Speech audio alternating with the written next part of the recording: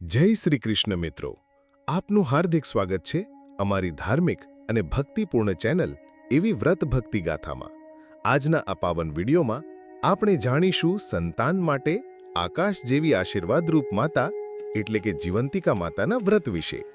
તો શું છે આ વ્રતનો મહિમા, કેવી રીતે કરાય છે પૂજા, કયા નિયમો અને શ્રદ્ધા સાથે રખાય છે આ વ્રત? તો ચાલો જાણીએ તેની સંપૂર્ણ માહિતી। જીવંતિકા વ્રત શું છે?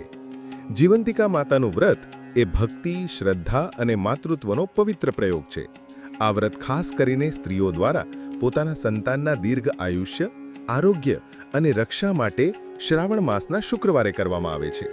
માન્યતા છે કે માતા જીવંતિકા જે ઘરમાં પૂજાય છે ત્યાં બાળકનું દુઃખ દૂર થાય છે, રોગ દૂર થાય છે અને કલ્યાણ થાય છે। આ વ્રત ક્યારે અને કેટલા દિવસ રાખાય છે? તો જીવંતિકા વ્રત સામાન્ય રીતે શ્રાવણ માસના દરેક શુક્રવારે કરવામાં આવે છે। આ વ્રત આ વર્ષે એટલે કે 2025માં 25 જુલાઈને શુક્રવાર એટલે કે શ્રાવણ સુદ પડવાના દિવસથી શરૂ થશે। કેટલીક બહેનો તેને સતત 7 શુક્રવાર સુધી રાખે છે અને ક્યાંક એવું પણ કહેવાય છે કે માત્ર એક શ્રદ્ધાભર્યો શુક્રવાર પણ જીવન બદલાવનારો બની શકે છે। આ વ્રત માટે પૂજા સામગ્રી શું જોઈએ?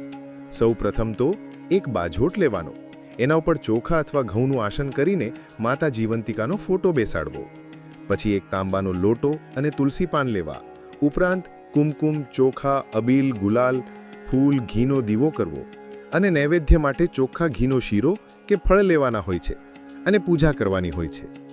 હવે જીવંતિકા વ્રતની વિધિ વિશે જાણીએ।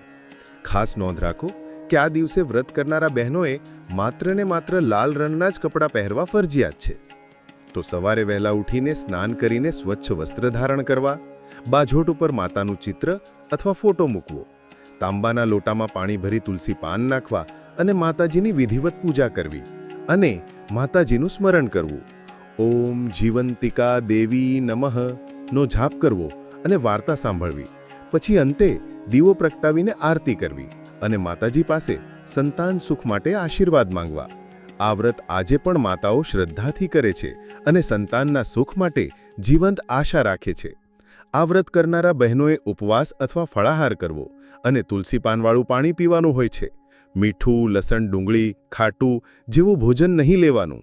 તો મિત્રો, જીવંતિકા માતાનું આ પાવન વ્રત જો તમે નક્કી કરો તો પૂર્ણ શ્રદ્ધાથી કરી શકાય છે।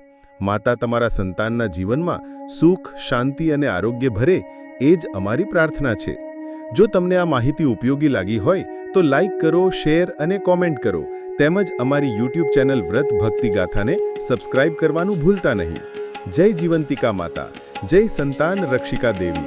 આભાર।